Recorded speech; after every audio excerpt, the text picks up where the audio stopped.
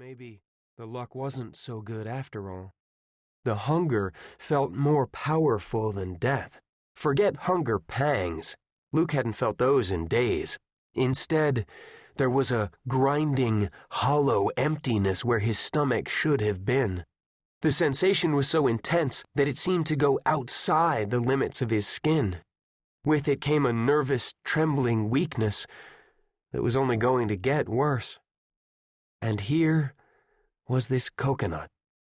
"You have to break it," explained Luke, banging it on the damp ground. "You have to get through that tough skin."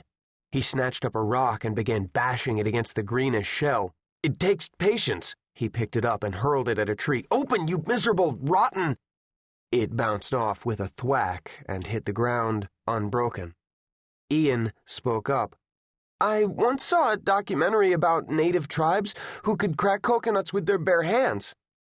"Did you bother to find out how they did it?" Luke asked irritably. Ian shook his head.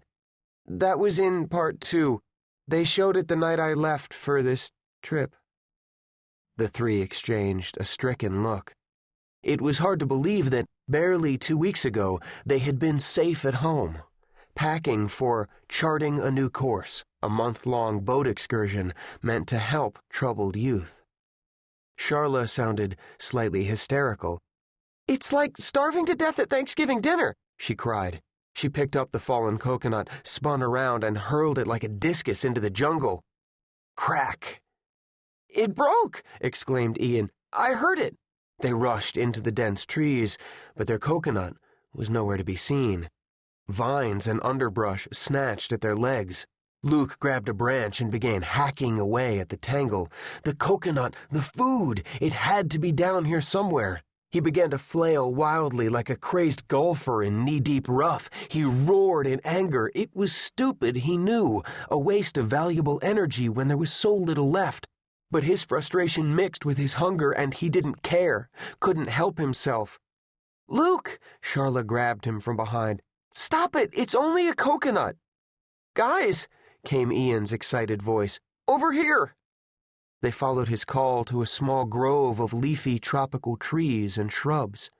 There, the younger boy was gathering an armload of strange green fruits that had fallen to the ground. Charla wrinkled her nose. "What stinks?" "These are durians," Ian explained breathlessly. "They have a strong odor, but they're food." He broke one open against a tree trunk and handed half to Luke. The powerful smell tripled. Luke stared at it. "You're kidding, right?" The thick skin was covered in spikes. It looked more like a deadly weapon than a fruit.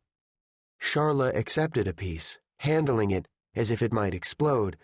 "But how do we know it isn't poison?"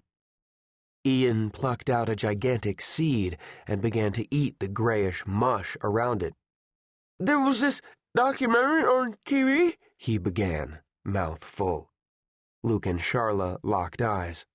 They had learned from experience that Ian was never wrong about something he'd seen on television. His stockpile of knowledge had saved their lives more than once on the raft. They fell on the offering like starving sharks. It wasn't good, Luke reflected. It wasn't even acceptable. But in his voracious hunger he barely noticed, gorging himself on fruit the consistency of gritty pudding, but with an odd, garlicky flavor.